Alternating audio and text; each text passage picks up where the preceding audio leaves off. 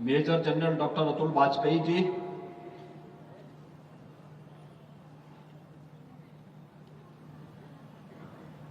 आज के इस कार्यक्रम में उपस्थित सभी उपस्थित महानुभाव, महाराणा प्रताप शिक्षा परिषद से संबद्ध सभी शिक्षण प्रशिक्षण संस्थाओं से जुड़े हुए सभी प्राचार्य, प्रधानाचार्य, शिक्षक और छात्र छात्राएं, प्यारे बच्चों, महाराणा प्रताप शिक्षा परिषद के संस्थापक सप्ताह समारोह के अवसर पर मैं महाराणा प्रताप शिक्षा परिषद और उससे संबद्ध सभी शिक्षण प्रशिक्षण संस्थाओं के प्रति हृदय से बधाई देते हुए उद्घाटन कार्यक्रम के अवसर पर आज के समारोह के मुख्य अतिथि अवकाश प्राप्त air chief marshal Shri RKS. Bhadauria ji को हृदय से स्वागत करता हूं। हम सब जानते हैं कि 1932 में महंत दिग्विजय नाथ जी महाराज ने पूर्वी उत्तर प्रदेश में शैक्षिक पुनर्जागरण की दिशा से सुयोग्य नागरिकों की एक अच्छी टीम खड़ी की जा सके, इस दिशा से महाराणा प्रताप शिक्षा परिषद की स्थापना की। उद्देश्य स्पष्ट थे। यह कालखंड वह था जब देश आजादी की लड़ाई लड़ रहा था। उस समय बहुत सारे लोगों के मन में था कि पता नहीं देश आजाद होगा कि नहीं होगा, लेकिन एक सन्यासी, एक योगी कभी भी नकारात्मक भाव के साथ नहीं रहता। वो हमेशा एक सकारात्मक भाव के साथ चलता है कि मेरा कार्य पुरुषार्थ करना है, कर्म करना है, परिणाम की चिंता नहीं करनी, और इस भाव से किया गया कोई भी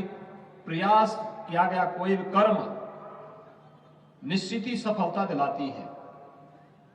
1932 में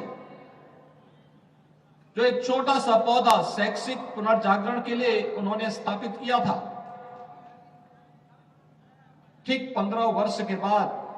यह देश आजाद होता है और आजाद भारत की दृष्टि से भी उन्होंने उसी समय अपनी रूपरेखा भी प्रारंभ कर दी थी। महाराणा प्रताप शिक्षा परिषद आज 4 दर्जन से अधिक शिक्षण प्रशिक्षण संस्थाओं का संचालन करते हुए पूर्वी उत्तर प्रदेश के अंदर शैक्षिक पुनर्जागरण का एक केंद्र बिंदु बना हुआ है। हर व्यक्ति जानता है कि जब महाराणा प्रताप शिक्षा परिषद की स्थापना हुई होगी तो उस समय महंत दिग्विजय नाथ जी महाराज ने शिक्षा परिषद की स्थापना मध्यकाल में विदेशी आक्रांताओं के खिलाफ, उस समय भारत की स्वाधीनता के बिगुल को बजाने वाले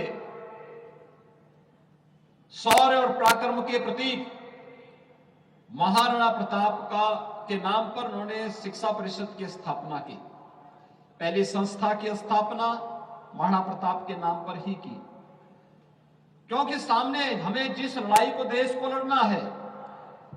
उनके सामने उद्देश्य भी स्पष्ट हो और उद्देश्य की प्राप्ति का एक माध्यम भी होना चाहिए। माध्यम थे महाराणा प्रताप का शौर्य और पराक्रम।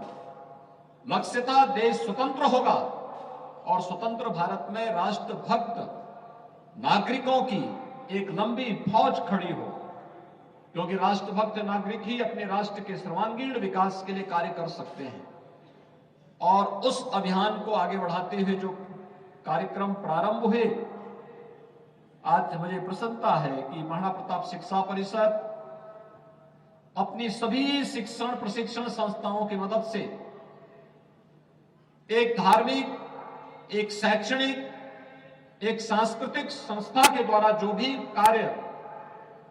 राष्ट्र के प्रति अपने उत्तरदायित्वों का निर्वहन करने के लिए किया जाना चाहिए, उस दिशा में अपने स्तर पर भी प्रयास कर रहा है। जब हम सर्वांगीण विकास की बात करते हैं तो सर्वांगीण विकास का मतलब केवल सर्टिफिकेट, डिप्लोमा या डिग्री प्राप्त करना नहीं है, बल्कि अपने पाठ्यक्रम के पर भी उन सभी गतिविधियों का हिस्सा बनना जो हमें भविष्य की चुनौतियों के प्रति सदैव एक नई प्रेरणा और एक नया प्रकाश हम सबके सामने प्रस्तुत कर सके। तो गोरखपुर दौरे पर सीएम योगी आदित्यनाथ और सीएम योगी आदित्यनाथ को आप सुन रहे थे, उनकी तरफ से साफ तौर पर यह कहा गया कि काम करे और परिणाम की चिंता ना करे। सचिन।